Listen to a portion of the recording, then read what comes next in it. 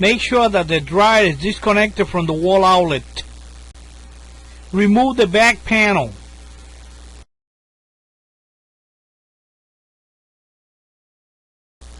Let's check the thermal fuse for continuity. Remove one of the blue wires from the thermal fuse.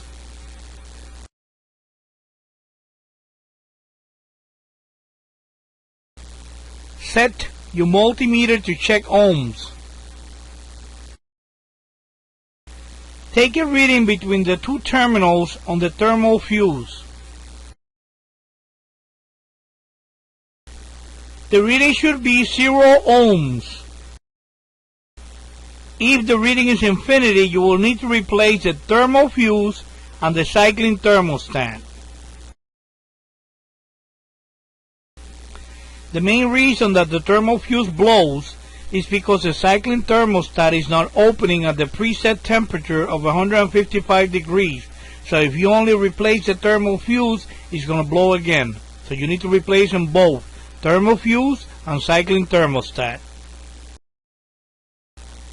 To replace the bad thermal fuse, remove the other wire. Remove the holding screw and remove the bad thermal fuse. Install the new thermal fuse, install the holding screw, and install the two wires. Doesn't matter which one goes where. To replace the cycling thermostat, remove the holding screw, remove the thermostat, but don't remove any of the wires. Install the new cycling thermostat and the holding screw. Transfer the wires from the old thermostat to the new thermostat one by one.